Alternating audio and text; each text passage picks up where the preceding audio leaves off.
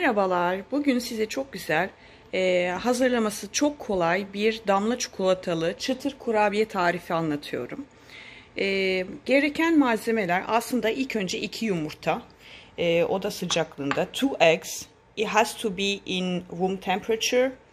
Ondan sonra bir su bardağı pudra şekeri, 1 glass of powdered sugar.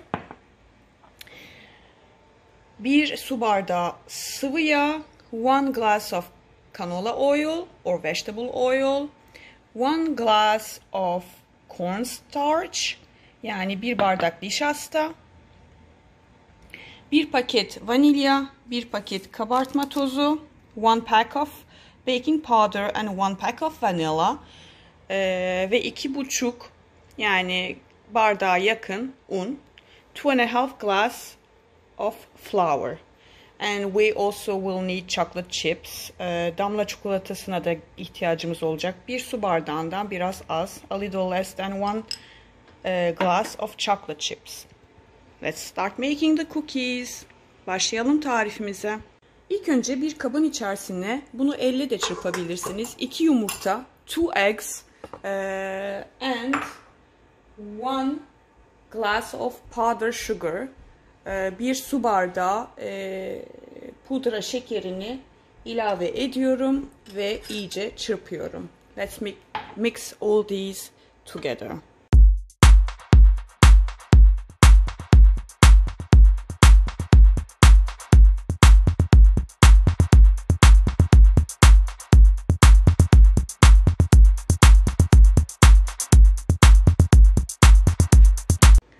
It has to have a whitish color, the egg and the powdered sugar.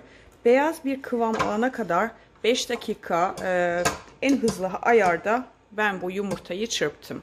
Şimdi diğer malzemelerin hepsini ilave edelim. Un hariç diğer malzemelerin hepsini ilave ediyoruz. So we're adding all the ingredients except the flour at once. So I'm adding 1 glass of canola oil.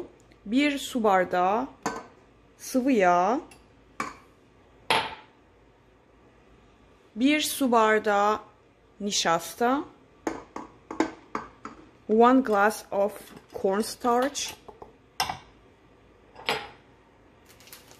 1 pack of baking powder, bir paket kabartma tozu, 1 pack of vanilla, bir paket vanilya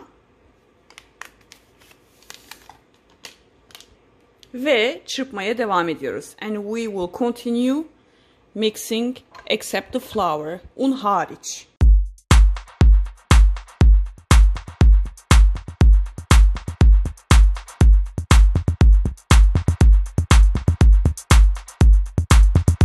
Tamamdır. Şimdi unumuzu ilave edeceğiz. 2,5 bardak kadar un ilave ediyoruz. Now we're gonna add the flour. It will be around 2,5 glasses of flour. Bir bardak un. İkinci bardak un. Second glass of flour. And the last one is like half. So 2,5 glasses of flour. 2,5 toplam 2,5 bardak un ilave edip tekrar karıştırmaya devam ediyorum. Let's continue mixing. Bu işlem için makinemin ucunu değiştirdim. So I'm changing the mixing part for this process. Kurabiye hamurumuz hazır. Bakar mısınız? Şu şekilde kıvamı çok güzel oldu. İçerisine şimdi damla çikolatası ilave edeceğim. Azar azar.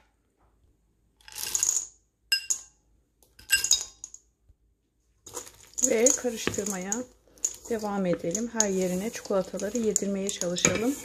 Çok fazla ezmeden, çünkü yoksa çikolatalar eriyebilir. İşte zaten alırken çikolata parçalarını da almaya çalışacağız tepsiye dizerken. Şimdi size göstereceğim. Tamamen margarin ya da katı yağ kullanmadan yapılan bir kurabiye çeşidi. Şu şekilde kurabiyelerimizi yuvarlayıp tepsiye dizeceğim. küçük küçük yapmaya çalışıyorum.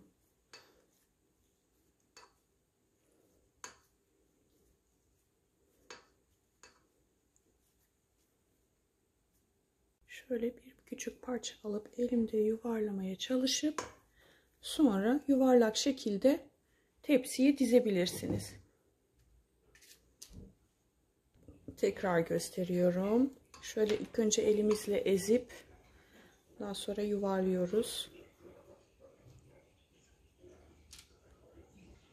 Hamur biraz dağılıyor gibi gelse bile çok normal. Çünkü içerisinde nişasta var. Kıtırlığını arttırıyor. Dağılıyor bile olsa elinizle şu şekilde yuvarlayıp bastırdığınız zaman o kendi kıvamını alacaktır. O yüzden dağılması çok normal. Benim de hamurum şu anda o şekilde dağılıyor gibi görünüyor ama nişasta olduğu için çok normal bir durum. Kurabiyelerimiz hazır. Ben sadece bir tepsi hazırladım ve geri kalanını bir torbaya, buzdolabı torbasına koyup dolapta saklayabilirsiniz birkaç gün kadar. Gerektiği zaman anında çıkartıp pişirebilirsiniz. Ve bu torbayı şu anda buzdolabında saklayabiliriz. So you can keep the rest of your cookies, put it in a Ziploc bag and keep it in the refrigerator. I'm just cooking one tray right now. You can keep it in the refrigerator for a few days. Kurabiyelerimizi fırına salıyoruz. 180 derece yani 360 Fahrenheit'ta 20 dakika kadar pişiriyorum arkadaşlar. So we're gonna cook those cookies at 360 Fahrenheit, which is 180 Celsius for 20 minutes.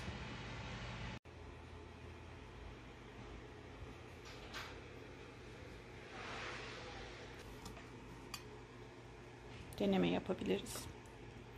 Isırdığınız zaman kıtır kıtır bir kıvamı olan mükemmel bir tarif.